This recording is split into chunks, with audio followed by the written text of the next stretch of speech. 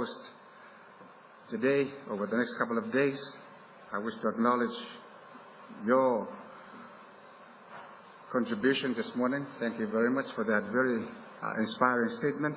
Excellencies, friends of the ocean, ladies and gentlemen,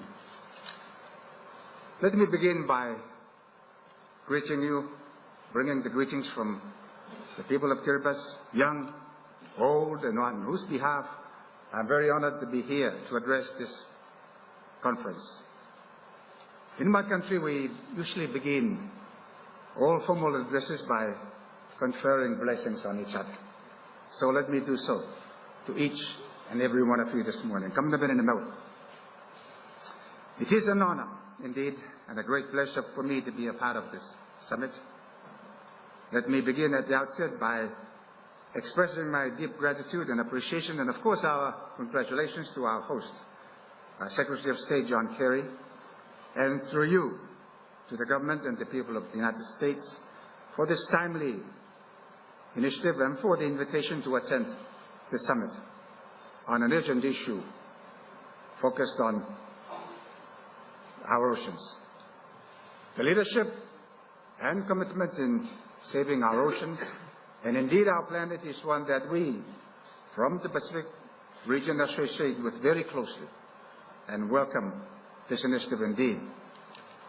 I commend our host country's strong commitment for action against climate change, action against the blind pursuit of development without full responsibility for its impact on our environment.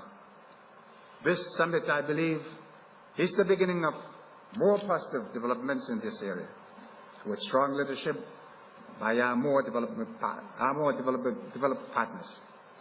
The theme of the summit, Our Ocean, is indeed very significant. It serves to remind us of our shared and mutual ownership of the ocean, and with which comes with it the shared responsibility and our obligation to ensure the health of our ocean for our children, their children, and for future generations. As Secretary of State has said, our planet Earth is our shared home, and unfortunately, the only one we have. Ladies and gentlemen, for far too long, human activities in the name of development and our single-minded pursuit for short-term gains and profits have had severe impacts on the health of our environment. These include harmful fishing practices, illegal fishing, dumping of waste in the ocean, industrial activity, which have caused excessive carbon dioxide emissions, and of course the list goes on. In combination, these activities have greatly affected the health of our oceans and our planet, and of course their ecosystems. These have resulted in what we see now: depletion of fishery stocks, increasing ocean acidification, coral bleaching, sea level rise, increased ocean temperatures, and a change to our climate system. Never in human history has the health of our oceans and our planet Earth been so challenged.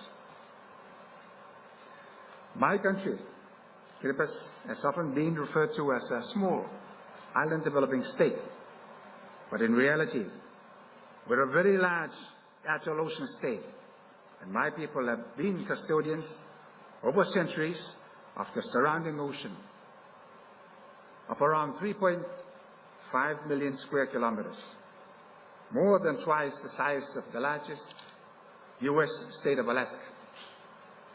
When I say the ocean is very much a part of our lives, our culture, and our heritage, I do of course include not only my fellow Pacific Island nations, but also the United States of America. Kiribati and the USA share maritime boundaries, with Kiribati waters strategically located as the U.S. pivot of the Pacific. Furthermore, our ocean territory hosts part of the largest remaining tuna fisheries, which through commercial supply chains are linked to the United States businesses and consumers. In essence, through the oceans, Kiribati and the Pacific has not only direct economic linkages with the United States, but is also intricately linked with the U.S. national security. Ladies and gentlemen, yet for my country, this very same motion, and indeed the same case would apply to my colleagues in the Pacific. This very same motion has now raised a new major survival challenge. Our people are now facing major challenges never faced from the rise in sea levels. Over the recent past, at the beginning of this year in particular, we experienced the increasing severity of inundation and erosion of our shorelines caused by unusually high tides. In some parts of the country, whole villages have had to be relocated due to severe erosion. Food crops have been destroyed, and the freshwater lands contaminated by the rise in sea levels. These are alarming new experiences for us, and are not part of the normal weather cycle.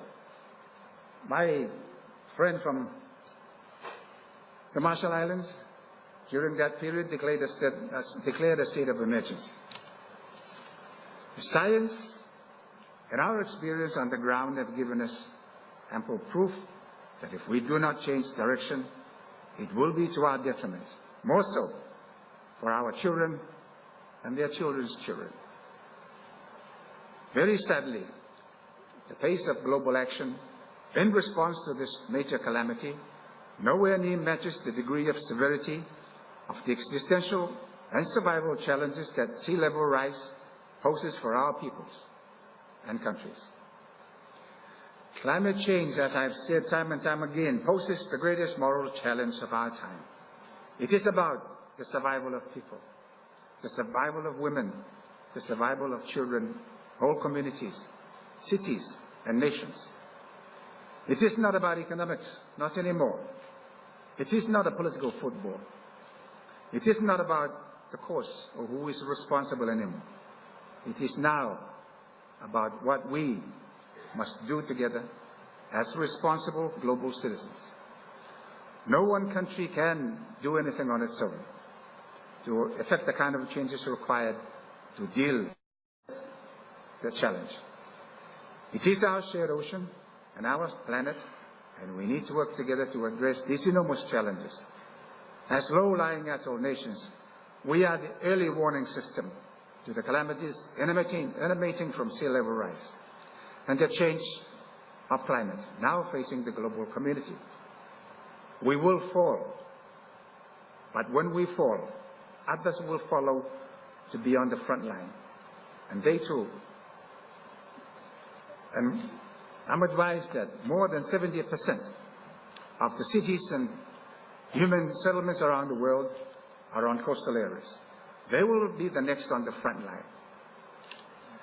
Ladies and gentlemen, one of our major hopes of responding to climate change lie also in the very ocean which is threatening us from sea level rise. We host the vast fishery resources within our exclusive economic zones in the various countries in the Pacific. Within our waters alone in Kiribati, our fishery resources is valued at around $500 million a year at the landed value. But this